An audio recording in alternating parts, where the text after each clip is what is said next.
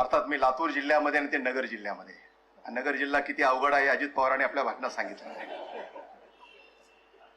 केवढी जबरदस्त अडथळ्याची शर्यत त्या जिल्ह्यातनं पुढे जात असताना पार करावी लागते. राजकारणामध्ये टिकून राहणं हेच एक मोठं दिव्य आहे आणि त्या दिव्यातनं तुम्ही यशस्वीपणाने पार पडलेले आहात याच्याबद्दल कुणाच्या मनामध्ये शंका नाही आहे. तुलनेने मी ज्या मराठवाड्यातनं आलो, ज्या जिल्ह्यातनं आलो, तिथे कदाचित तेवढी स्पर्धा नसावी आणि म्हणून एकाच वेळी जरी आपण सुरुवात केली तरी थोडंसं यश माझ्या पदरात थोडं जास्तच पडलं. हे मला मान्यच करावं लागेल कारण आणि तुम्ही मात्र सतत संघर्ष करत राहिलात आणि मित्र मोठा होतो ह्याच्यामध्ये तुम्ही आनंद मानला. हा जो मनाचा मोठेपणा आहे, हा जो दिलदारपणा आहे, हा फार कमी व्यक्तींच्या मध्ये आपल्याला बघायला मिळतो. ज्या यशवंतराव चव्हाणांच्या नेतृत्वाखाली त्यांनी आपल्या राजकीय जीवनाची वाटचाल सुरू केली, यशवंतराव चव्हाण साहेबांचा जो सर्वांगीण एक स्पर्श असायचा प्रत्येक क्षेत्रामध्ये, एक चतुरस्र नेता म्हणून त्या यशवंतराव चव्हाणांचा एक आदर्श तरुण पिढीच्या समोर सातत्यानं राहायचा. साहित्य असेल, नाट्य असेल, वेगवेगळे विषय असतील, क्रीडा असेल, त्या प्रत्येक क्षेत्राशी अतिशय जवळून संबंध असणारं एक नेतृत्व म्हणून यशवंतरावजीकडे आम्ही सगळे पाहत असायचो.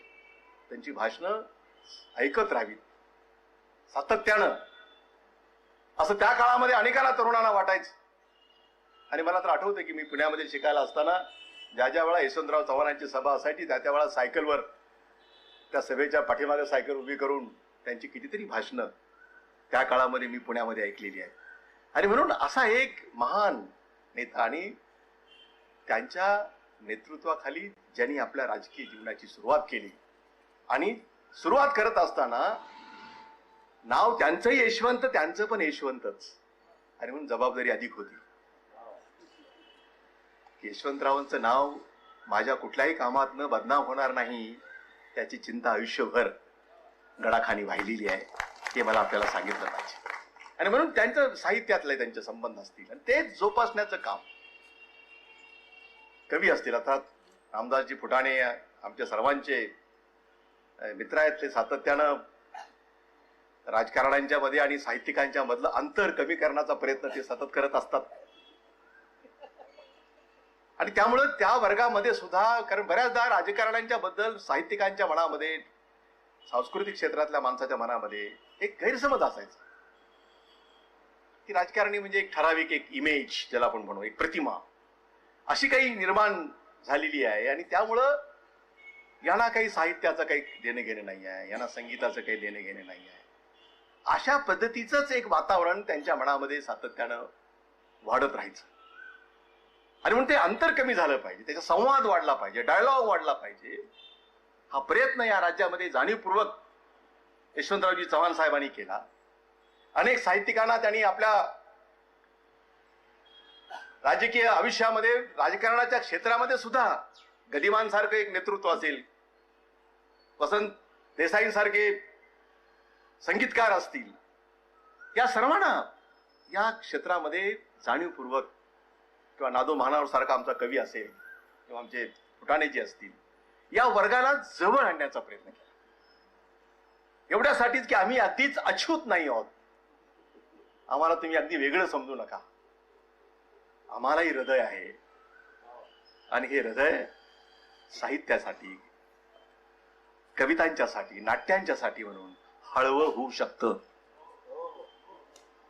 ही जाणीव यशवंतरावजींनी या वर्गाला करून दिली आणि तोच विचार पुढे चालू ठेवण्याचं काम. मग ते साहित्य संमेलनाचं आयोजन किती कठीण काम आहे. यशस्वीपणानं त्या साहित्य संमेलनाचं, आम्हाला त्या साहित्य संमेलनाला उपस्थित राहता आलं त्या काळामध्ये. आणि प्रत्येक वेळा काहीतरी वेगळं काम करायचं, आगळेपणा, वेगळेपणा. विवाह त्यांनी अशाच पद्धतीने लावलेले होते. एका विवाहाला मी स्वतः हजर होतो.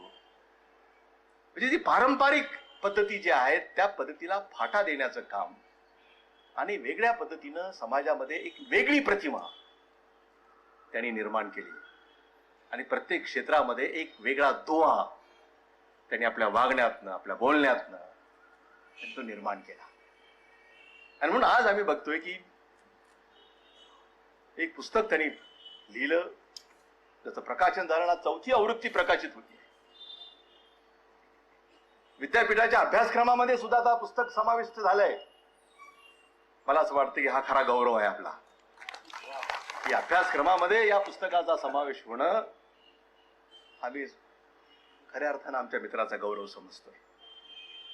आज विधान परिषदेचे सदस्य असतील किंवा जिल्हा बँकेमध्ये अध्यक्ष म्हणून त्यांनी काम केलेलं असेल, सोनेसारखा एक उत्तम साखर कारखाना त्यांनी आधी त्या पद्धतीने चालवलेला आहे.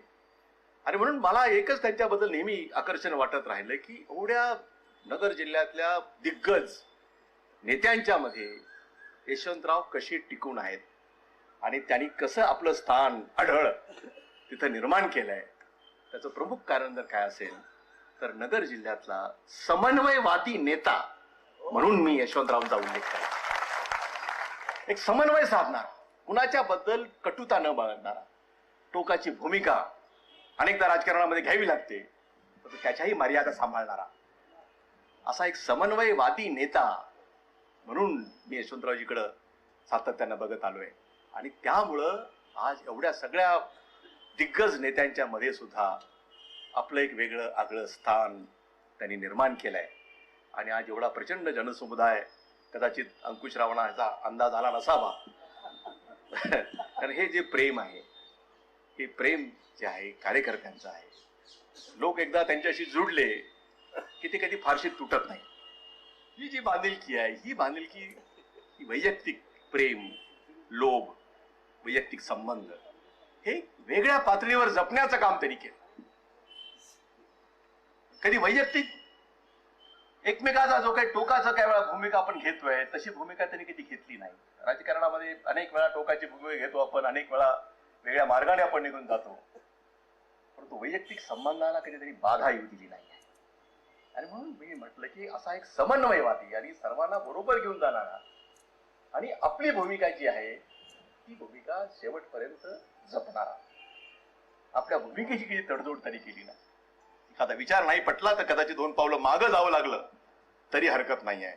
ती थांबण्याची, तो संयमीपणा जो लागतो, तो संयमीपणा त्यांनी सातत्यानं आपल्या राजकीय जीवनामध्ये त्यांनी दाखवलेला आहे.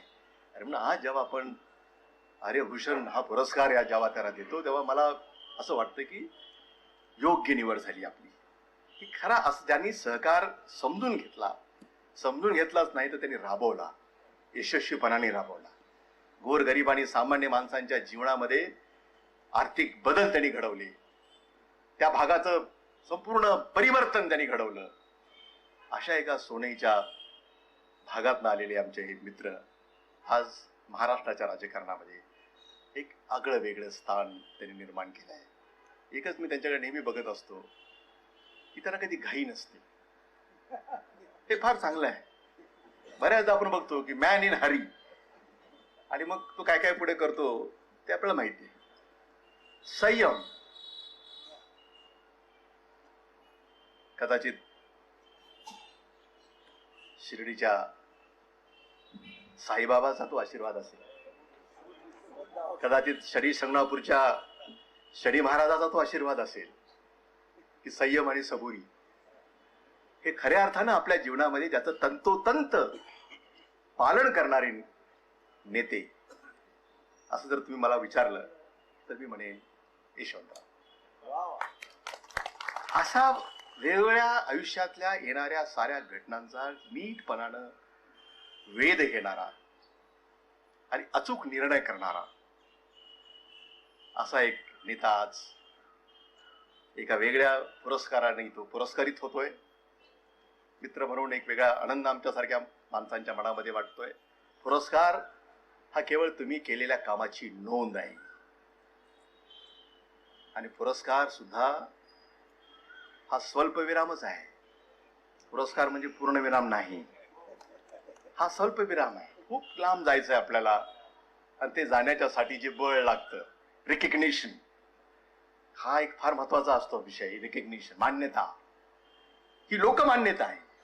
ही लोकमान्यता अशा वेगवेगळ्या संस्थांनी जेव्हा अशा प्रकारचे पुरस्कार देऊन ही लोकमान्यता जेव्हा मिळते तेव्हा त्याच्यात एक बळ मिळत असतं की मी स्वीकारलेली दिशा योग्य आहे आणि याच दिशेने मला पुढे गेलं पाहिजे, कारण ती दिशा लोकांनी स्वीकारलेली आहे आणि त्याबद्दल मला पुरस्कार दिलेला आहे आणि म्हणून पुरस्काराचं ओझ ही पेलवलं गेलं पाहिजे. हे अवघड आहे. पुरस्कार मिळेपर्यंत फारसं काही वाटत नाही, पण मिळाल्यानंतर जबाबदारी वाढते आणि मग त्याच विचाराला पुढे नेण्याचं काम, त्या सहकाराला नवी दिशा देण्याचं काम आणि तरुण पिढीला नव्या दिशेनं त्याला मार्गदर्शन देण्याचं काम हे आपल्याला सातत्यानं पुढच्या काळामध्ये करावं लागणार आहे. याच्याबद्दल माझ्या मनामध्ये शंका नाही आहे. अधिक लांबलचक मी भाषण करणार नाही, परंतु मनापासून अंकुश काकडे आपलं निवड समितीचं सर्वांचं मी अभिनंदन करतो आणि आभार मानतो की आमच्या मित्राला तुम्ही आज खऱ्या अर्थाने या ठिकाणी सन्मानित केलं.